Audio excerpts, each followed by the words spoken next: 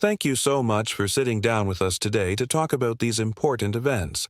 We want to start by looking closely at what is happening right this very moment, because every detail matters when we are trying to find the truth for a family. Right now, there is a spot on the porch that everyone is talking about.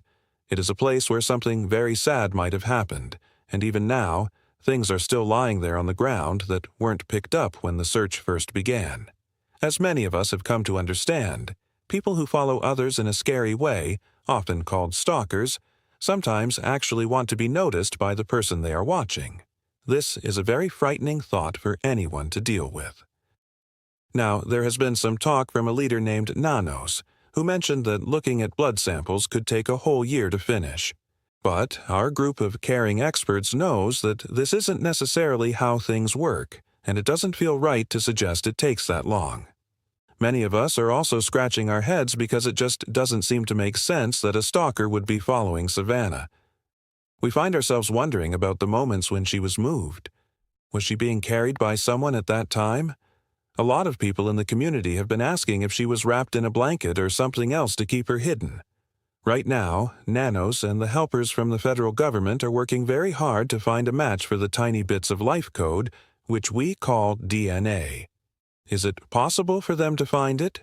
They are out there right now, looking for any small piece of physical evidence that might have been taken away from the spot where she was last seen. Today marks day 48 in the long and difficult search for Nancy Guthrie.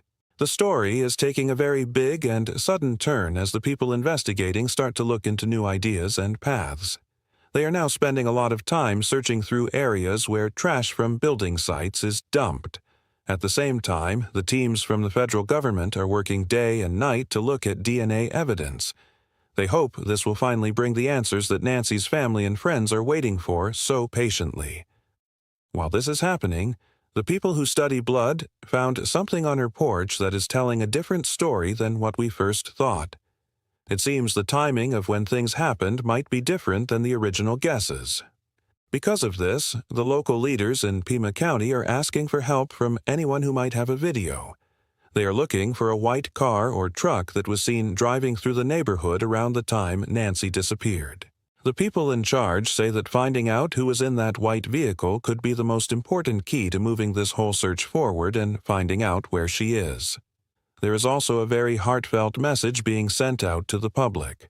It is a plea to anyone who knows anything at all, no matter how small it seems, to please step forward and do the right thing by telling the truth. We have heard from our sources that the federal teams are now asking questions to the crews who work at nearby building sites. They are focusing very heavily on the places where those workers take their trash and debris. These dump sites are being looked at with so much care because officials really want to uncover any clue that could explain what truly happened on that day. These investigators are now putting all their energy into these construction areas that are linked to where Nancy Guthrie was. They are keeping track of every single person who worked there, including the people who were only there for a short time as temporary help. They are also making a map of where all the waste and trash from those building sites was taken. It is not just about the people anymore. It is about the path the trash took. They want to know if the materials were all sent to one big dump area or if they were spread out across many different places. People close to the search say the teams are identifying very specific spots tied to these building zones, but searching through them is a huge mountain to climb. The experts we talked to explained that these searches are done in a very special way. They use something called a grid method. This means they break a giant area into small squares, like a checkerboard, so they can look at every single inch without missing a thing. It is a very slow and very tiring process that takes a lot of heart and patience. They usually do this when they believe that something very important could be hidden deep inside huge piles of broken wood, dirt, and old building supplies. The people searching are relying on these detailed grid maps at the dump sites. Every single section is marked down with a date and a location. This helps them know exactly when certain trash was put there. This organized way of working lets the teams focus on the most important times and places. However, it all gets much harder once the big, heavy machines come in and squish the trash down. When the debris is packed tight, searching becomes a much bigger challenge. Sources say that the machines used at these sites pack the layers so tightly that they can actually hide or even break the clues the investigators are looking for. This makes it very tough, especially when the teams are trying to find small items that could be the most important part of the case. The deeper the trash goes, the harder it is to find anything that can help. Experts also want us to know that these searches aren't always about finding a person. A lot of times, they are looking for specific things that could link different parts of the story together. But being outside in the wind and rain can make materials fall apart very quickly. This makes it even more urgent for the searchers to find whatever is there before it is lost forever to the earth. Right now, the teams are dealing with a very messy problem called evidence mixing. This happens when stuff from many different places all ends up squashed together in the same big pile at the dump. You might find a tool from one building site buried right next to trash from a different place entirely. Since it is all packed together so tightly, it is very hard to pull it apart. This makes the search much more complicated than it already was. People who know how landfills work say that once the trash is dumped from different trucks on the same day, it all gets blended together by the heavy machines driving over it. This can mess up the timeline and make it very difficult to figure out where a specific item originally came from. It adds a whole new level of difficulty for the people trying to solve this mystery. The conditions where they are searching are also very, very tough. The teams have to wear special suits to stay safe, and the weather can be very harsh. Even though it is a difficult place to be, the experts believe the main goal right now is finding physical clues rather than finding a person. By looking at the records from the landfill, they can try to narrow down the exact spot where the building materials were placed. This gives the investigators a smaller and more precise area to look at. They are now looking even deeper into how the building companies get rid of their waste. This is very different from the way our trash is picked up at our houses every week. The teams are finding out which companies use the big metal trash bins in that neighborhood. They are tracking exactly when those bins were picked up and where they were taken. These routes can be very different from the usual places where trash goes. This kind of careful tracking is so important because building trash doesn't always go to the same place as household trash. This makes the search harder, but it also helps them be more specific about where to look. Every single company and every single trash route has to be checked very carefully so they don't walk past a key piece of evidence. While all of this hard work is happening, the people in charge are also trying to stop rumors that are spreading on the internet. There is a story going around about a stalker being connected to Nancy Guthrie, but sources say there is no real proof for that claim. It is not something the investigators are focusing on right now. The authorities want everyone to know that these ideas are just guesses and are not based on anything that has been proven. The investigators are also talking about the theories people have online regarding a stalker. But people close to the case say those ideas don't really fit how these things usually happen. Experts explain that people who act like stalkers usually focus all their attention on one person they want to bother. They don't usually go after other family members in different places. This makes the stalker theory seem very unlikely to be true. When people who study behavior look at this, they see that these actions are usually about wanting attention from a specific person. While some people on the internet are coming up with very scary scenarios, the officials are staying firm.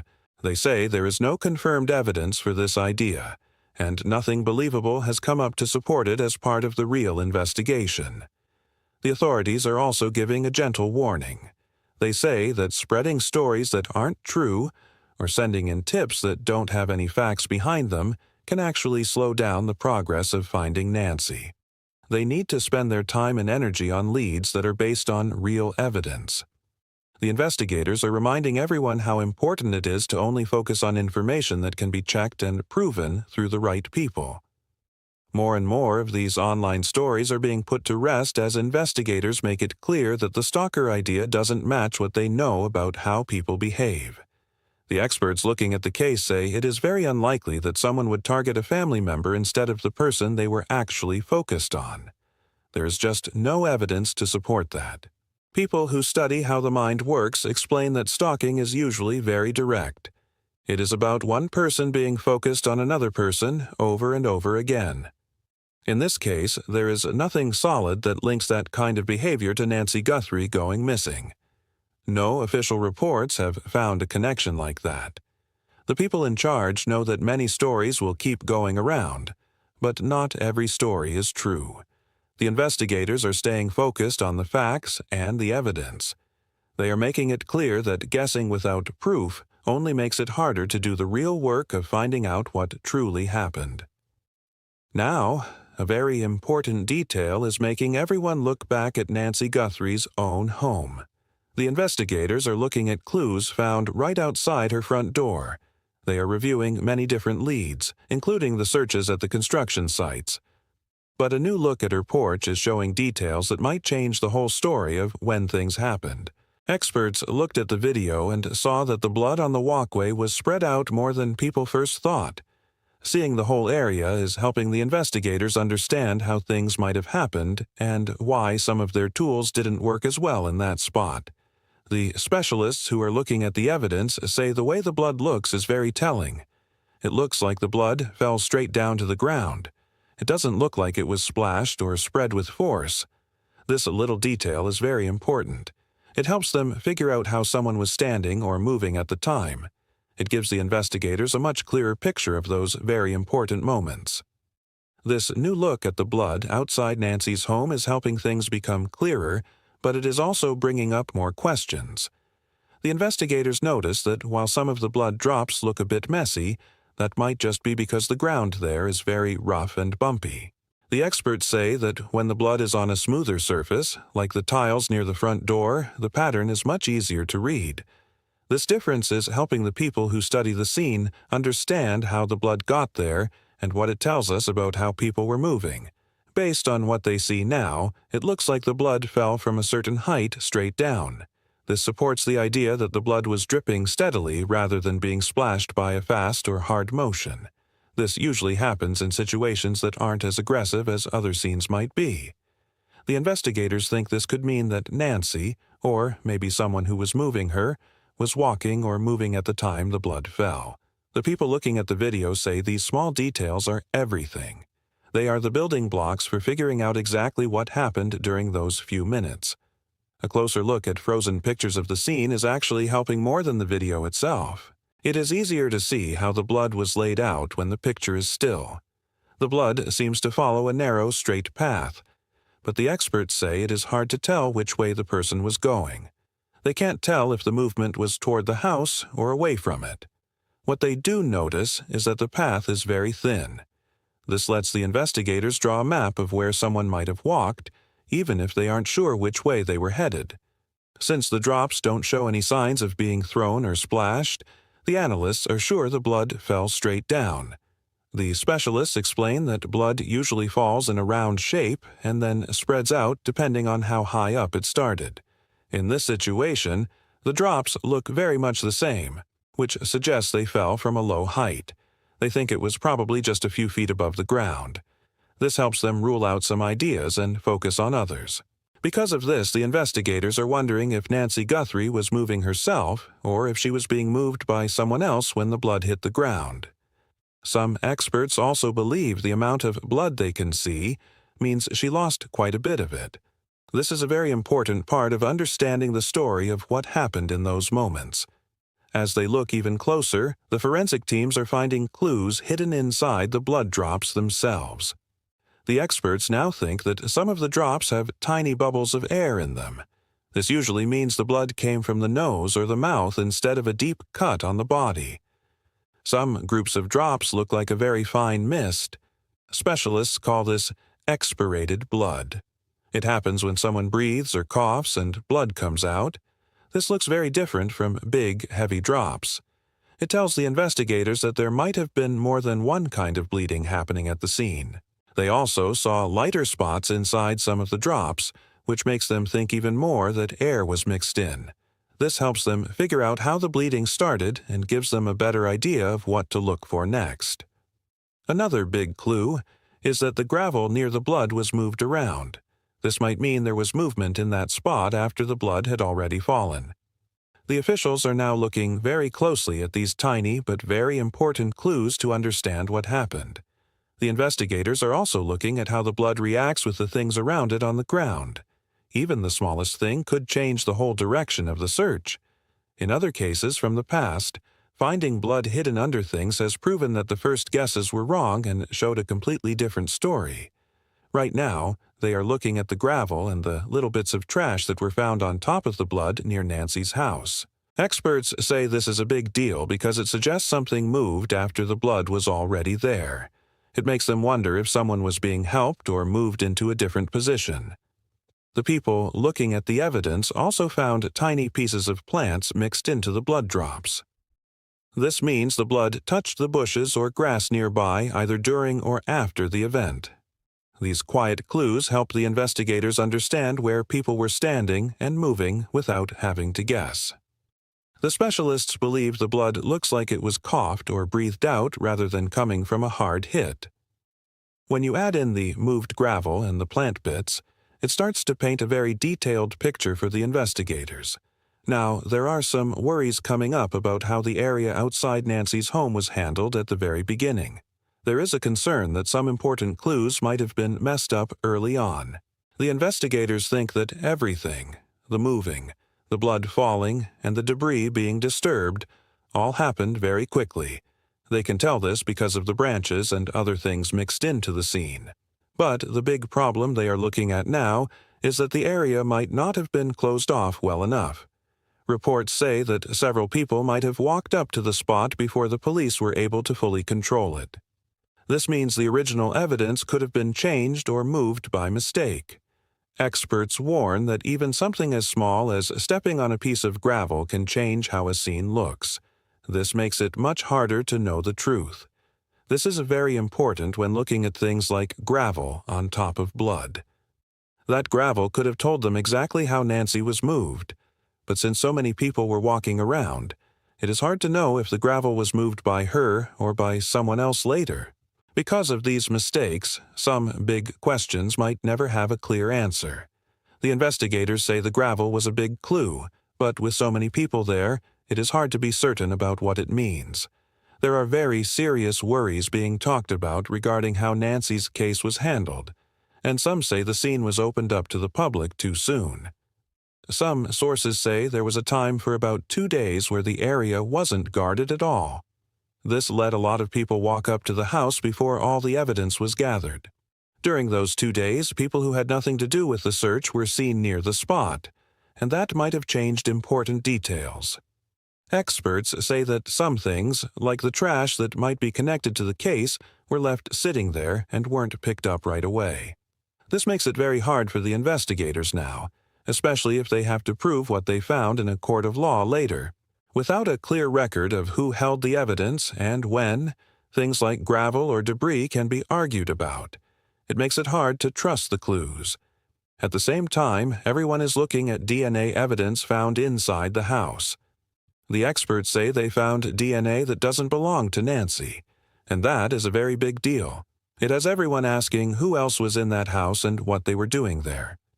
This DNA that doesn't match Nancy, her family, or the people who work at the house is now the main focus.